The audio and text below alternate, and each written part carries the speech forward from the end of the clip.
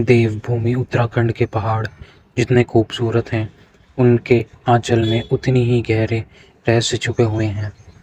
पिछले कुछ दिनों से सोशल मीडिया और न्यूज़ में उत्तराखंड का एक ऐसा केस हर किसी को हैरान और परेशान कर रहा है। बबीता पांडे का लापता होना। एनडीआरएफ, एसडीआरएफ, पुलिस और फॉरेस्ट डिपार्टमेंट की टीमें दिन रात पहाड़ों के चप्पे-चप्पे को छान रही हैं, लेकिन बबीता का कोई सुराग नहीं मिल पा रहा है। इसी बीच वहाँ के स्थानीय लोगों के बीच से एक ऐसी बात सामने आई है जिसने इस पूरे मामले को एक बेहद रहस्यमयी मोड़ दे दिया है। स्थानीय लोगों का मानना है कि बबीता को पहाड़ों की 9 परियां यानी आंचरियां अपने साथ ले गई हैं। आखिर क्या इस लोक कथा के पीछे का सच है? चलिए आज इसे गहराई से समझते हैं। उत्तराखंड की संस्कृति में आंचरी या परियों का जिक्र सदियों पुराना है।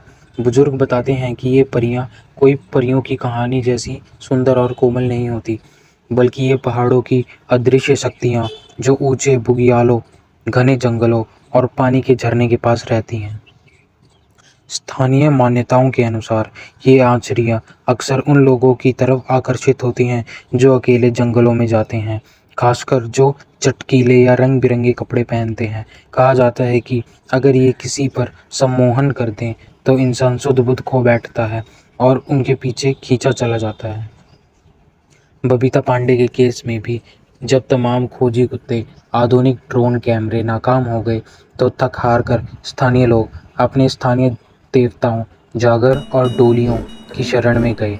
वहाँ देवताओं के माध्यम से यह बात सामने आई कि बबीता को किसी इंसानी ताकत ने नहीं बल्कि पहाड़ों की उन्हीं 9 शक्तियों ने बांध रखा है। इसी वजह से सर्च टीमों को उनका कोई निशान या पैर की छाप तक नहीं मिल रही है। लेकिन दोस्तों, यहाँ हमें कहानी और हकीकत के बीच के अंतर को समझना होगा। पहाड़ की इन लोककथाओं का हम पूरा सम्मान करते हैं क्योंकि ये वहाँ की आस्था से जुड़ी है, लेकिन इसके पीछे एक कड़वा और भौगोलिक सच भी छुपा है। उत्तराखंड के ये घने जंगल और पहाड़ियाँ बेहद खतरनाक हैं। यहाँ कई ऐसी गहरी खाइयाँ, छिपी हुई गुफाएं और दलदल जैसे इलाके हैं जहाँ कई बार कोई रास्ता भटक जाए तो आधुनिक से आधुनिक तकनीक भी फेल हो जाती है। फॉरेस्ट टीम और एनडीआरएफ का मानना है कि घने कोहरे, अचानक बदलते मौसम, जंगली जानवरों के खतरे की वजह से पहाड़ों में रेस्क्यू ऑपरेशन चलाना दुनिया की सबसे मुश्किल कामों में से एक है। अक्सर लोग रास्ता भूलकर ऐसे घने इलाकों में चले जाते हैं जहां इंसानी पहुंच बहुत नामुमकिन है।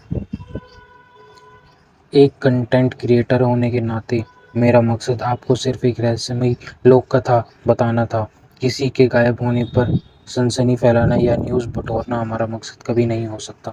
बबीता पांडे सिर्फ एक नाम नहीं है, वो किसी की बेटी है, किसी के परिवार का हिस्सा है और इस वक्त उनका पूरा परिवार जिस गहरे दर्द और मानसिक तनाव से गुजर रहा है, हम उसकी कल्पना भी नहीं कर सकते।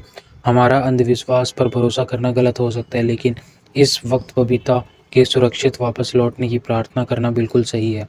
हम सब मिलकर ईश्वर से और उत्तराखंड के स्थानीय देवताओं से यही प्रार्थना करते हैं कि बबीता जहाँ भी हो सुरक्षित हो और जल्द से जल्द अपने परिवार के पास वापस लौट आए।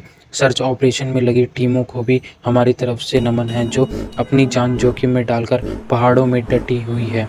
अगर आप भी कभी पहाड़ों की यात्रा पर जाएं तो स्थानीय गाइड के बिना घने जंगलों में अकेले ना जाएं। अपनी सुरक्षा का ध्यान स्वयं रखें।